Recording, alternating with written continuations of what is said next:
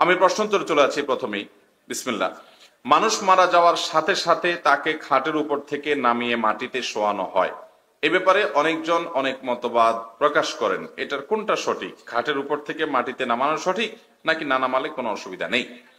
মানুষ মারা যাওয়ার পরে মৃত ব্যক্তির লাশ খাট থেকে নামিয়ে মাটিতে বা ফ্লোরেই তাকে শয়ে রাখতে হবে এমন কোনো বাধ্যবাধকতা নাই।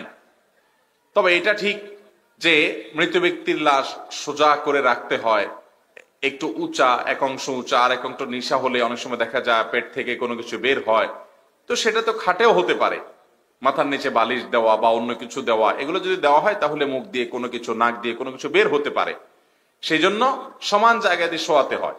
এটা হলো বাস্তবতা, এটা হলো সমস্যা হতে পারে সেই জায়গা থেকে এইভাবে শোয়ানো হয়। এটা শরীয়তের কোন নির্দেশ ফরজ ওয়াজিব যেটা না করলে গুনাহ হবে বা কোরআন হাদিসে এটা করতে বলা হয়েছে, বিষয়টা এরকম না। অতএব কোন মানুষ মারা গেলে তাকে সাথে সাথে খাট থেকে, পালং থেকে, আপনার চৌকি থেকে নামিয়ে তাকে ফ্লোরেই শোয়াই ফেলতে হবে এমন কোনো বাধ্যবাধকতা নাই।